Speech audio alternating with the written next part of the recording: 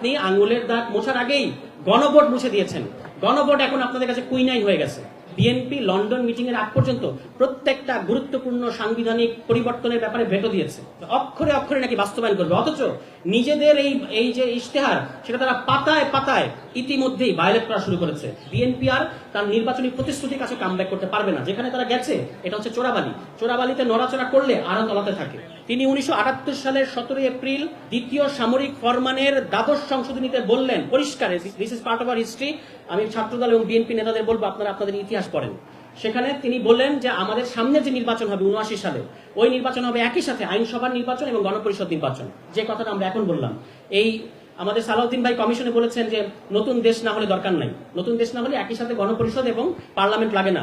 তা আশ্চর্য ব্যাপার, আপনি আপনার ইতিহাসটা পড়েন নাই, বিএনপির ইতিহাস পড়েন নাই। তাহলে শহীদ প্রেসিডেন্ট জিয়াউর রহমান এই কথা কেন বলেছিলেন? দুর্ভাগ্যজনক বিষয় হচ্ছে কেন তিনি এখান থেকে সরে গেলেন, কেন আবার সংসদ নির্বাচনে ঢুকলেন, এটা আমি ঠিক বুঝতে পারি না। এই গ্যাপটা আমি মেলাতে পারি না। তো আমি এটা নিজের কাছে একটা উত্তর দিই যে কোনো এক মাথা মোটা উকিল নিশ্চয়ই বুদ্ধি দিচ্ছেন, যে কোনো এক মওদুদ আহমদ আমার ধারণা, কিংবা এখনকার কোনো এক আইনজীবী। কারণ আইনজীবীরা, আমি ভাই একটা কথা বলি, এখানে আপা আছেন আইনজীবী, সংবিধান নিয়ে আইনজীবীরা যেগুলো বলে এগুলো শোনার পরে আর পরে আমার আদালতে ডাকবে, এগুলো আর বলবো না। মুশকিলটা হচ্ছে তারা এই পরিবর্তনগুলোকে সংশোধনীর ভেতর ঢুকিয়েছে এবং পরিণতি কি হয়েছে, এই যে 2010 সালে এসে বাতিল করে দিয়েছে।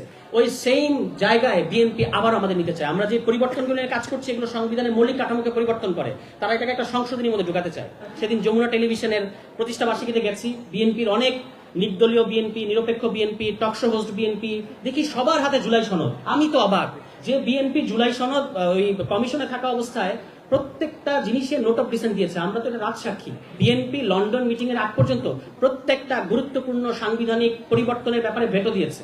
পরে লন্ডন মিটিং এর পরে যখন ওই যে ট্রফি দিয়ে এসেছি, নিয়ে গেছে এবং আমাদেরকে পরে খেলার ডেট দিয়েছে বলেছেন না স্থানীয় সরকার প্রতিমন্ত্রী, ওই ঘটনা ঘটার পরে তারা কিছু কিছু মানা শুরু করেছে।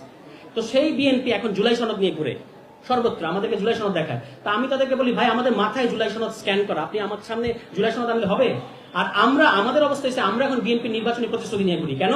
কারণ আমরা দেখি যে বিএনপি কোথায় কোথায় এটা মানতেছে না। তো এখন বসে বসে দেখতেছিলাম যে পাতায় পাতায় তো তারা লঙ্ঘন শুরু করে দিয়েছে, অক্ষরে অক্ষরে নাকি বাস্তবায়ন করবে, অথচ নিজেদের এই যে ইশতেহার সেটা তারা পাতায় পাতায় ইতিমধ্যেই ভায়োলেট করা শুরু করেছে। তো তাদের আমি বলেছিলাম যে অক্ষরে অক্ষরে মুনাফিকি না, মুনাফিকি বললে তারা রাগ করে, অক্ষরে অক্ষরে হিপোক্রেসি।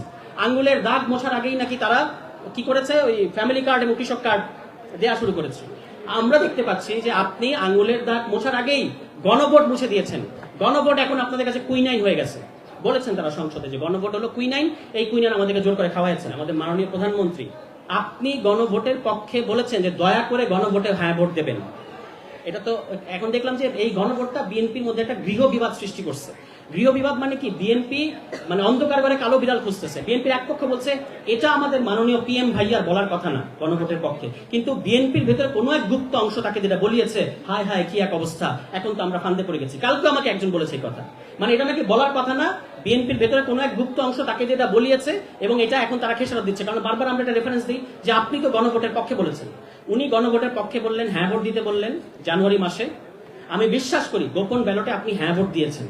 আমার তো মাননীয় প্রধানমন্ত্রীর ইন্টেনশন নিয়ে এক বিন্দু কোনো সন্দেহ নাই। তিনি যে গণভোটে হ্যাঁ ভোট দিয়েছেন এটা আমি নিশ্চিত, কারণ তিনি বেগম খালেদা জিয়া এবং শহীদ প্রেসিডেন্ট জিয়াউর রহমানের সন্তান, যাদের দুজনের সাথে দুই গণভোটের ইতিহাস জড়িত।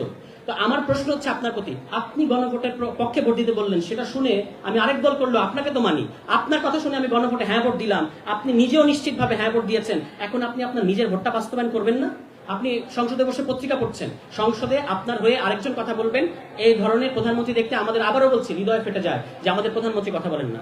ওই যে তোরা যে যাই বলিস ভাই আমার সোনার হরিণ চাই, আমার হচ্ছে এখন শুধু চাই যে বিএনপি আপনি আপনার নির্বাচনী প্রতিশ্রুতি বাস্তবায়ন করেন। আপনি জুলাই সনদ করেন না, গণভোট করেন না, কিচ্ছু করেন না, আপনি আপনার নির্বাচনী প্রতিশ্রুতি বাস্তবায়ন করেন। আমি চ্যালেঞ্জ করে বলছি বিএনপি আর তার নির্বাচনী প্রতিশ্রুতির কাছে কামব্যাক করতে পারবে না। যেখানে তারা গেছে এটা হচ্ছে চোরাবালি। চোরাবালিতে নড়াচড়া করলে আরো তলাতে থাকে।